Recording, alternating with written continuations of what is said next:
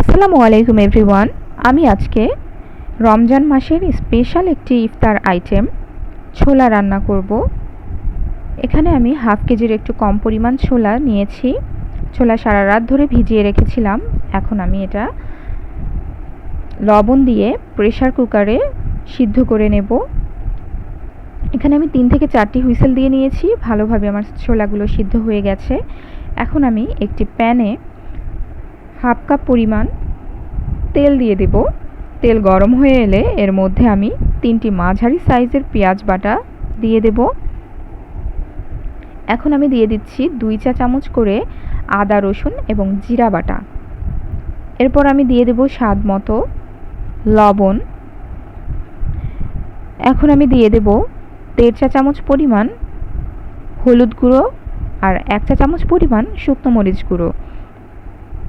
পরে আমি কাঁচামরিচ ব্যবহার করব, তাই শুকনো মরিচ বেশি দেব না, তাহলে ঝাল হয়ে যাবে বেশি। এখন আমি একটি তেজপাতা দিয়ে দিলাম। এরপর আমি মশলাগুলো একসাথে ভালোভাবে কষিয়ে নিয়ে এর মধ্যে টুকরো করে কেটে রাখা একটি মাঝারি সাইজের আলু দিয়ে দিলাম। আলু মশলার সাথে কষিয়ে নিয়ে হালকা সিদ্ধ হওয়া পর্যন্ত অপেক্ষা করব। এরপর আমি এর মধ্যে একটি টমেটো টুকরো করে কেটে রাখা দিয়ে দিলাম। টমেটো পরে দিয়েছি কারণ আগে দিলে আলুটা সিদ্ধ হতো না, তাই আলু সিদ্ধ করে নিয়ে এরপর টমেটো দিয়ে দিলাম। এরপর আমি কষিয়ে নেওয়ার পরে এর মধ্যে সিদ্ধ করে রাখা ছোলাগুলো আবার দিয়ে দিলাম। ছোলাগুলো দেওয়ার পরে মশলার সাথে আমি একটু কষিয়ে নিয়ে এর মধ্যে ঝোলের পানি দিয়ে দেব। যেহেতু ছোলা আগে থেকে সিদ্ধ করা, তাই এখানে অতিরিক্ত পানি ব্যবহার করার প্রয়োজন নেই। এখানে আমি 1 কাপ পরিমাণ পানি ব্যবহার করেছি। এরপর